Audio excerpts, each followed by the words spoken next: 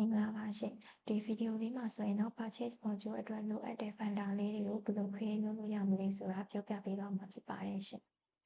purchase module ကိုဝင်လိုက်မယ်ဆိုလို့ရှိရင် order ရဲ့အောက်မှာ vendor ဆိုပြီးတော့ရှိပါတယ်ရှင်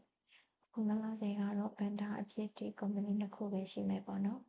အဲ့မှာကိုကအသစ် create လုပ်ချင်တယ်ဆိုရင်ဒီ new ကနေသွားလို့ရပါတယ်ရှင်အဲ့မှာဆိုရင် vendor က individual လား company လားဆိုပြီးတော့ရွေးပေးလို့ရပါတယ်ရှင်ခုတော့ company တစ်ခု create လုပ်ပြမယ်ပေါ့နော် company name ရေးပြီးတာနဲ့ဒီအောက်မှာ company ရဲ့ address တွေထည့်ပေးလို့ရပါတယ်ရှင် city ကိုရန်ကုန်လို့ပဲထားလိုက်ပါမယ်ရှင် state ကလည်းရန်ကုန်ပေါ့နော်ပြီးရင်ဒီ company နဲ့သက်ဆိုင်တဲ့ဖုန်းနံပါတ် mobile email address website လေးတွေကိုအကုန်လုံးထည့်ပေးလို့ရပါတယ်ရှင်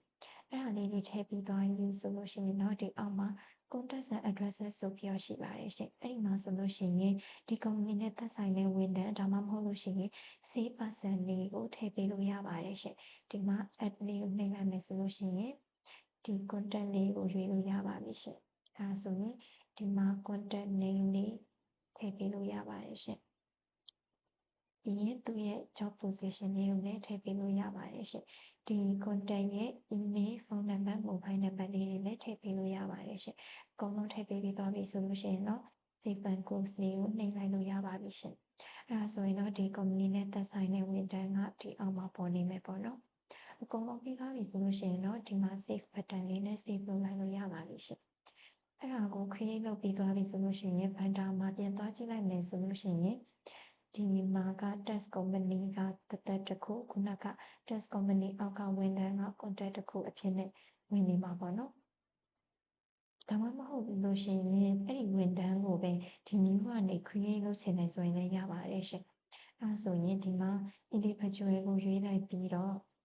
ဒီမှာ name to ပေါ့နော်ခုနက company name လေးရွေးပေးလို့ရပါတယ်ရှင် individual ကိုရေးထားလို့ရှိရင်ဒီမှာ test company ကိုပဲရွေးပေးလိုက်မယ်ဆိုလို့ရှိရင်ဒီ vendor ထဲမှာအဲဆိုရင်ဒီ contact တစ်ခုထပ်ပေါ်လာပါလိမ့်မယ်ရှင်ဒီ test company တွေကိုပြန်သွားကြည့်လိုက်မယ်ဆိုလို့ရှိရင်လည်းခုနကထည့်ထားတဲ့ name to လေးပါထပ်ပြီးတော့ဒီမှာပေါ်နေမယ်ပေါ့နော်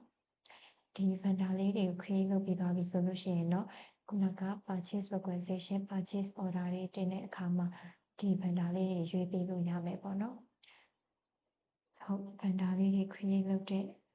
မျိုးပြောပြပေးတဲ့ video လေးကတော့ဒီလောက်ပါပဲရှင်ကျေးဇူးတင်ပါတယ်ရှင်